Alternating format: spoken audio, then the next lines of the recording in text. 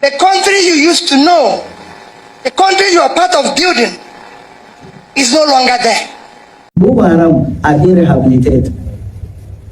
Now, what they do, after the rehabilitation, they fill form, they ask questions. How many people have you killed? So if you kill 50, you have your own class. 50 and above 20, I have never killed. So if you have never killed, maybe you stay there 1 month and go off. If you kill small number, 2 months. If you kill many, 6 months. Which type of ammunition that you use?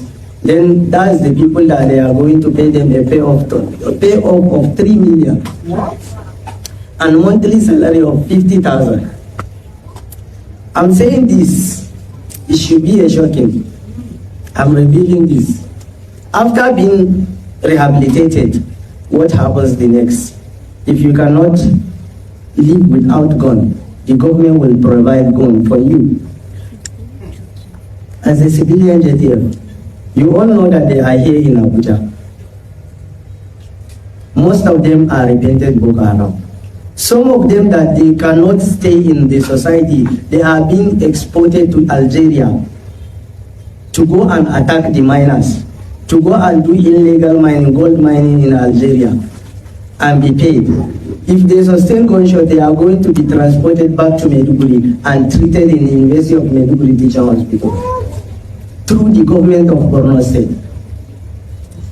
The repented IDPs, repented Boko Harams, and also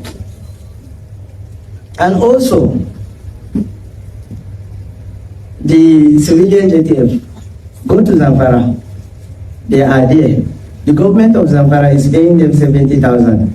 The government of Borno State is paying is paying 70,000 to the Borno State government. The Borno State government is paying them 50,000. Meaning it is a job, it is a business. It is not a crime to start a business if the business is being recognized by our government. The business that I'm craving for is to start my terrorism. I'm not going to terrorize anybody. I'm going to fight back. It has been so painful that the killer of my dad is being paid with taxpayers' money. The abductors of our wife, our children, our sisters are being paid off by the taxpayers' money. They drive luxury car with escort. There is one man that slaughtered 96 people a day. Now he's driving with Hilux. His name is Adam Oruguru. I'm saying this, I don't care. I don't care. I'm ready to die. I'm ready to die. Because what's the life? Bandits are at the edges of Yoruba land. Yes. Bandits are conquering territories. Yes. Kwara is on the siege. Yes. What's going on? All the leaders of the APC, all the prominent leaders, said it publicly that they invited bandits into this country to drive away Jonathan. So the bandits we have, by their own admission, were created by the APC, were enhanced by APC, were influenced by APC, that's why they will say, some APC leaders or the agents will say, bandits are our brothers. When they repent, we will reabsorb them. They told us that they brought bandits. They told us that when bandits needed women, they went to Chibok and gave them 360 girls. Did they say that? Go and research. There was no way 360 girls would be taken away from anywhere on earth without government involvement. It's not possible. The logistics.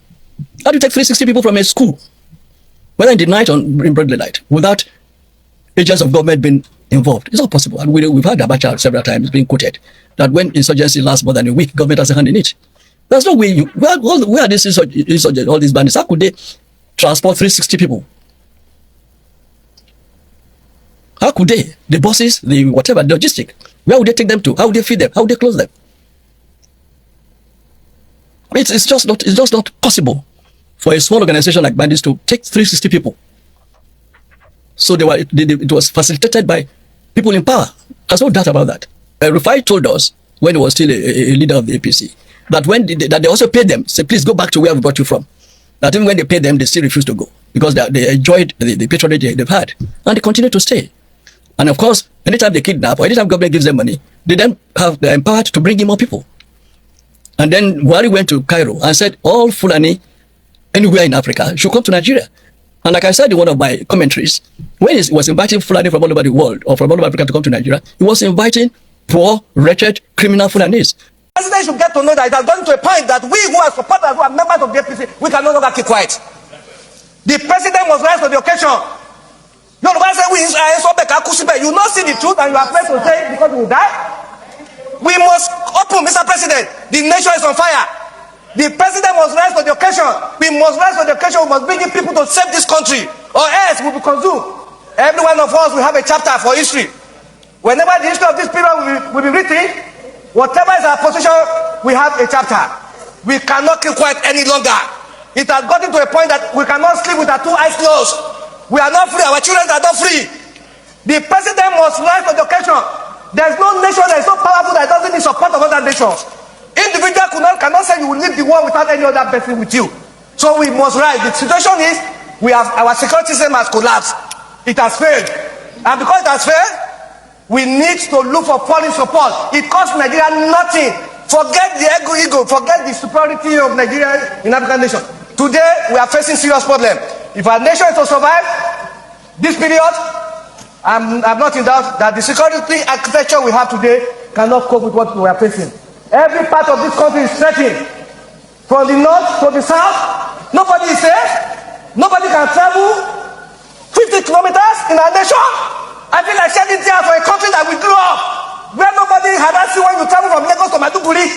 I done it in times past. Today I cannot travel from here to Kaduna to Niger State where I was born. The president must know that this is a bad time for our nation. We must look for foreign support to save this nation. This is my position, Mr. President. We must rise to it. They are killing people in the east, in the west, in the south, in the north. We should shut down the National Assembly. Let's shut down. If we cannot save this country, we stay in our homes. Our country is bleeding. People are in poverty. There's no food. People are hungry. Insecurity is threatening us. We cannot pretend. It's better we are not here. That's the next thing that we have. People are dying. Every day Nigerians are dying. We must rise to the occasion. And so me, Mr. President. So we are in the second week. Today is day 9, where terrorists go carry people, children from school where they dey for your state with some of their teachers. And they not let kidnap, they torture them. Now with recorded video of how the terrorists cut off the head of one of the teachers. That is terrorist record on camera how they behead, execute in cold blood one of the teachers where they kidnap with video, be picture evidence of alleged torture of the children. And the full country they move normal. Tinubu they campaign for second term. Nigeria is not led by human beings because even animals look after their own. Affliction Progressives Congress, you are amongst human beings most miserable. Chief Bola Ahmed Tinubu, your government is the most callous in the history of this country we call Nigeria. Tinubu, we're supposed to they go around, they organize, I am sorry, please forgive me rally across the country. Una get mine, they do Ori Buruku, say when I want to rig una say back into power again. Shame on you. Ori Buruku Lenshi. Oshi Lenshi. Wife of the president, Pastor Mrs. Remi Tinubu, ordained woman of God, because when you go America, you tell them how you are a pastor, ordained minister. Our dear ordained Reverend Pastor Mrs. Wife of President, as a mother and as a pastor, have you reminded your husband, say amongst the people in the bush taken in Oyo State now, there is a 2-year-old toddler among them. Our dear ordained wife of president, Pastor Mrs., you don't remind your husband, say, among the people, there is a teacher backing a toddler at the back. They are still in the bush. And when they do Ori Buruku APC primaries on how to come back. If your first term be like this, what thing you go do for second term? Maybe by that second time, citizens go there bush, where terrorists don't kidnap them, while terrorists will be in government house. May God forbid this kind of a country. Our dear Yoruba leaders, Yoruba political leaders, traditional leaders, religious leaders, all the Yoruba Ronu, Yoruba Rota, Yoruba Ponu, we not come here with a voice again. No. All they talk since the videos of this one happened for your state, there have been videos of people running for Gomosho, running for here. The entire Southwest have become a theater of blood. Yet, your silence is audible. Imagine say this picture and videos come up few months before Goodluck Jonathan they ask for second term re-election. Imagine waiting una for do. Imagine waiting even on a so-called master strategy. Imagine the thing we una for do. But it is good that Tinubu don't come to expose the frauds we call leaders in this country. The so-called leaders and men of integrity. It good as Tinubu come to expose una. So that we will really know, say we not only get selective amnesia, you can tolerate corruption. The only thing we go pain you now when the corruption no benefits you. Once it benefits you, you begin to observe table manners. When you eat, you do not talk. Shame on you. Shame on you all. But of course, I no blame una. The so-called professional bodies and organizations, we will be the victims. We're supposed to come together to fight and rescue ourselves. What are we doing? Nigerian Union of Teachers, what is wrong with you people? Waiting they happen.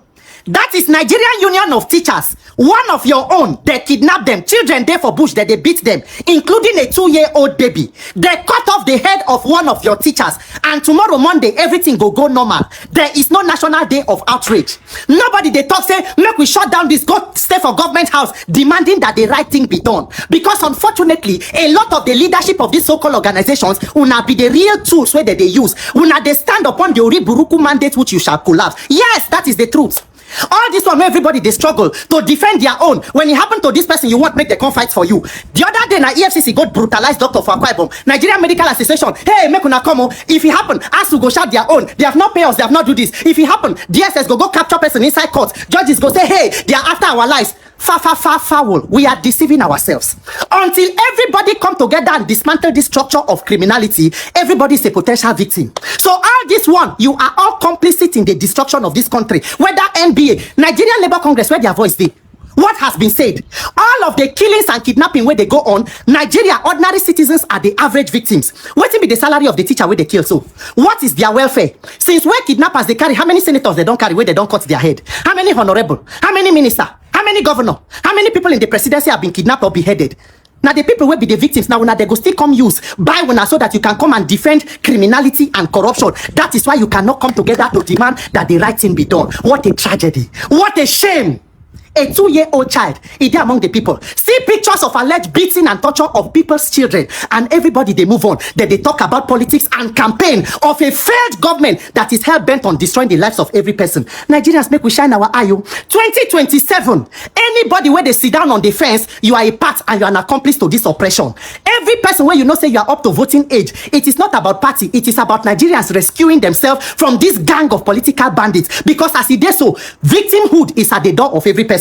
Not forget, today's victims were yesterday's survivors. Tomorrow's victims will be today's survivors. The dead can no longer die. May Nigerians find the courage to wake up and deliver ourselves. Pastor, Mrs. Wife of President, you don't remind your master strategy husband. Say 2-year-old Pekin, they among the people. Not be to carry Bible, whether we not get conscience, like we are supposed to be asking ourselves. Because Uri Buruku Lenshe, oh she, Lenshe, what a country. As I said, giving excuse, we met many challenges. Now, if there are no challenges, then you wouldn't need to come. Huh? If there are no challenges, you don't need to come. And you come in because you know that there are challenges. And then giving us excuse that you have many challenges, that's why you haven't achieved result. And then you still want to go. First lesson I learned in my military training is never reinforce failure. What we have now is failure, never you reinforce. The point is this: when you have an ineffective and incompetent government, we are all victims. And don't let anybody deceive you. Those of you who are in business, your business will have been better today if we have a competent and effective and performing government.